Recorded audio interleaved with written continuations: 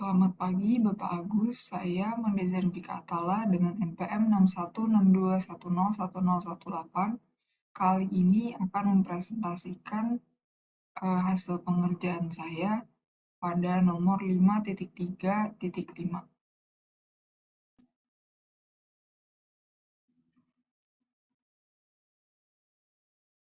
Baik, soalnya itu misalkan Y menotasikan penjumlahan dari observasi dari sampel acak dengan ukuran 12 dari distribusi yang memiliki PMF Px sama dengan 1/6 dengan X sama dengan 1, 2, 3, 4, 5, 6 dan 0 untuk X yang lain.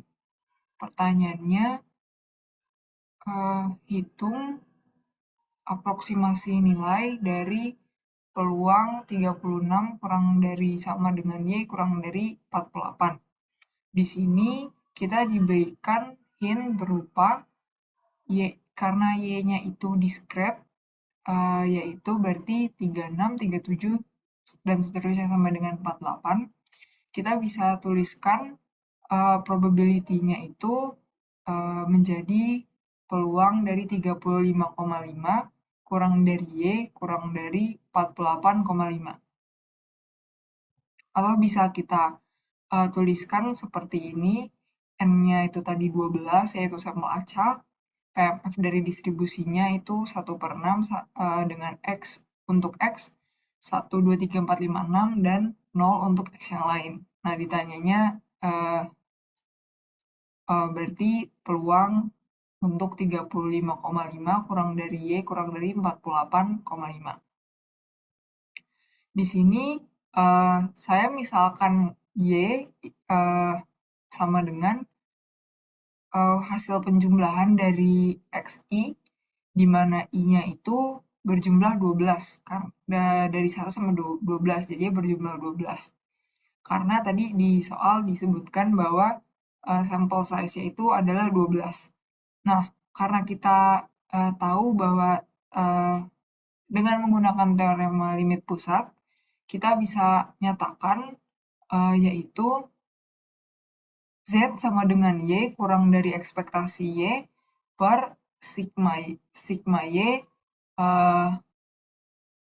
dengan distribusi normal baku atau normal 0,1. Pertama-tama, untuk menghitungnya, saya akan mencari ekspektasi dari XI-nya dulu. Nah, diketahui kan dari soal itu PX-nya itu kan 1/6. Jadi, jumlahnya itu berarti kan ada 6. Nah, di sini berarti dinotasikan sigma dari PX kali I dengan I dari 1 sampai dengan 6. Nah, PX-nya itu kan tadi 1/6. Jadi 1/6 yang bisa dikeluarin, jadi ditulis seperti ini. Lalu penjumlahan dari 1 sampai dengan 6. Nah, setelah dikalkulasikan, kita mendapatkan hasil 7/2. Nah, selanjutnya saya juga menghitung ekspektasi dari XI kuadrat, di mana sebenarnya sama aja rumusnya kayak yang XI, cuma di sini I-nya yang dikuadratkan. Berarti PX-nya itu masih sama, yaitu 1/6, tetapi di sini penjumlahannya karena I-nya itu kuadrat, jadi bisa dituliskan 1 kuadrat tambah 2 kuadrat tambah 3 kuadrat dan seterusnya sampai dengan 6 kuadrat. Nah, jika dihitung akan menghasilkan hasil 91/6. Nah, dari kedua hasil tersebut, kita bisa mencari nilai variansi dari XI-nya, yaitu variansi dari XI sama dengan ekspektasi XI kuadrat dikurangi dengan ekspektasi XI yang dikuadratkan, sehingga bisa kita tulis dengan 91/6 dikurang 7/2 dipangkatkan 2. Jadi kita bisa dapat hasil variansi dari XI-nya itu 35/12. Tapi kan di awal kita tuh bukan mencari ekspektasi atau variansi dari XI-nya, melainkan kita harus mencari ekspektasi atau variansi dari Y. Sehingga bisa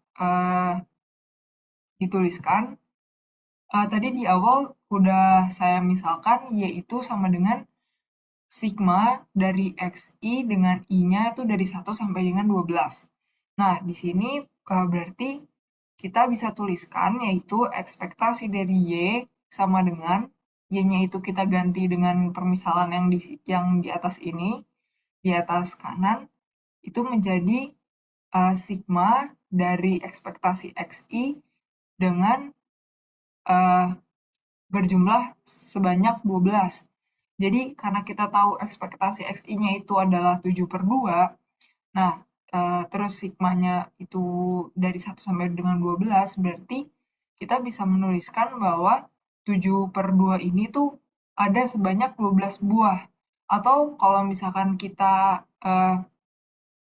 singkat gitu penulisannya, jadi nggak 7/2, 7/2, 7/2 gitu, ditambah-tambahin, itu bisa kita singkat, jadi 12 dikali 7/2, yang menghasilkan hasil 42, yaitu ekspektasi dari Y. Selanjutnya, kan kita tadi juga sudah menghitung variansi dari XI-nya, yang dihasilkan itu 35/12, tapi kita tidak akan memakai variansi XI untuk pengerjaan soal ini, melainkan variansi dari Y. Nah, sama kayak yang ekspektasi yang sebelumnya yang ini, kita bisa menggantikan Y ini menjadi persamaan yang ada di atas kanan ini. Jadi, variansi Y sama dengan variansi dari sigma XI dengan I-nya dari 1 sampai dengan 12. Atau bisa kita notasikan seperti ini, sigma 12 dari variansi XI untuk I-nya dari 1 sampai dengan 12.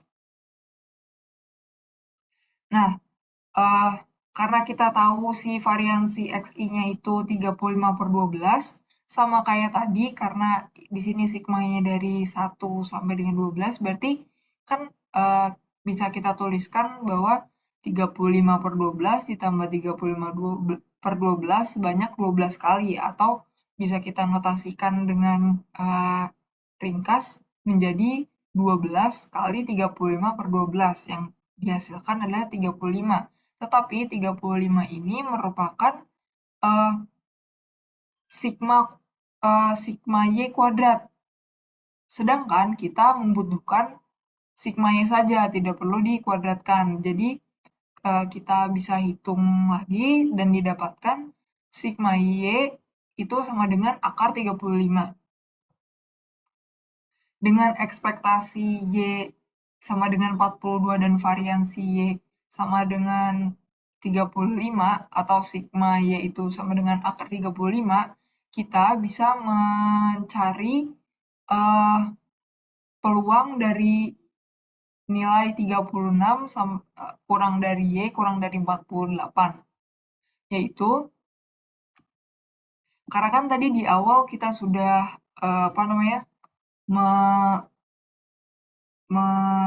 misalkan Z itu sama dengan Y kurang ekspektasi Y per sigma Y. Nah, di sini kita bisa ganti yang di bagian tengah ini menjadi notasi yang Z ini, sehingga kiri dan kanannya pun juga berubah. Jadi, peluang 35,5 dikurangi 42 per akar 35, dan yang sebelah kanannya itu menjadi 48,5 kurang 42 per akar 35. Setelah kita hitung, didapatkan hasil P min peluang dari min 1,098 kurang dari Z. Z-nya ini adalah Y kurang ekspektasi Y per sigma Y, kurang dari 1,098. Kita bisa tulis juga pertidaksamaan ini menjadi seperti ini, yaitu peluang Z kurang dari 1,098 dikurangi peluang Z kurang dari minus 1,098. Nah, dengan notasi lain pun kita juga bisa menuliskan sebagai si 1,098 dikurangi 1 si 1,098. Kenapa ini dikurangi dengan 1? Karena di sini Z-nya kurang dari negatif, jadi harus dikurangi dengan 1, jadi 1 kurang si bla bla bla. Nah, dari tabel distribusi normal didapatkan bahwa si 1,098 itu adalah 0,8621. Dengan angka yang sama juga bisa kita dapatkan hasil di sebelahnya. Nah, setelah dikalkulasikan, itu didapatkan hasil dari peluang ini itu sebesar 0,7242. Nah, hasil ini itu merupakan hasil dari yang didapat dari tabel distribusi normal. Sementara jika dengan menggunakan software, kali ini saya menggunakan software RStudio, nah itu didapatkan hasil yaitu 0,7277955 yang bisa saya asumsikan bahwa dari tabel distribusi normal dan menggunakan RStudio ini mirip gitu, karena sama-sama 0,72. Jadi, hasil dari peluang dari 36 kurang dari Y kurang dari 48 ini adalah 0,72. Sekian penjelasan nomor 5.3.5 dari saya. Mohon maaf apabila ada kesalahan. Selamat pagi.